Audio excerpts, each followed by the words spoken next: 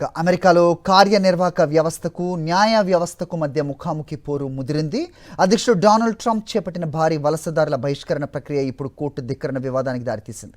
వలసదారులను దేశం నుంచి పంపే కార్యక్రమంలో న్యాయస్థానాలు ఇచ్చిన స్టే ఉత్తర్వులను ట్రంప్ యంత్రాంగం ఉద్దేశపూర్వకంగా ఉల్లంఘిస్తోందని ఫెడరల్ న్యాయమూర్తులు మండిపడుతున్నారు.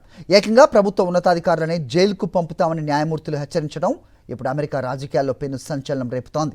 అసలు కోర్టులకు వైట్ హౌస్కు మధ్య జరుగుతున్న ఈ రాజ్యాంగ యుద్ధం ఏ స్థాయికి చేరింది? సాక్షి స్పెషల్ స్టోరీ చూద్దాం. అమెరికా చరిత్రలో ఎన్నడూ లేని విధంగా న్యాయ వ్యవస్థ ఘాటైన వ్యాఖ్యలు చేసింది. అధ్యక్షుడు ట్రంప్ ఆదేశాలతో దేశవ్యాప్తంగా సాగుతోన్న వలసదారుల ఏరివేత ఆపరేషన్లో కోర్టు స్టే ఇచ్చినప్పటికీ కొందరిని బలవంతంగా బహిష్కరించడంపై వివాదం చెలరేగింది. వర్జీనియా, కాలిఫోర్నియాలోని ఫెడరల్ కోర్టులు ఈ ఉల్లంఘనలను తీవ్రంగా పరిగణించాయి. పిటిషన్లు విచారణలో ఉన్నప్పుడు కోర్టు అనుమతి లేకుండా వలసదారులను దేశం దాటించడం చట్ట విరుద్ధమని న్యాయమూర్తులు స్పష్టం చేశారు. ఒకవేళ ఇదే తీరు కొనసాగితే హోంల్యాండ్ సెక్యూరిటీ అధికారులపై కోర్టు ధిక్కరణ చర్యలు తీసుకుంటామని, అవసరమైతే జైలు శిక్ష విధిస్తామని న్యాయమూర్తి లియోనీ బ్రింకెమా హెచ్చరించారు. అటు ట్రంప్ ప్రభుత్వం మాత్రం జాతీయ భద్రత దృష్ట్యా తాము వేగంగా నిర్ణయాలు తీసుకోవాల్సి వస్తుందని కోర్టులో వాదించింది.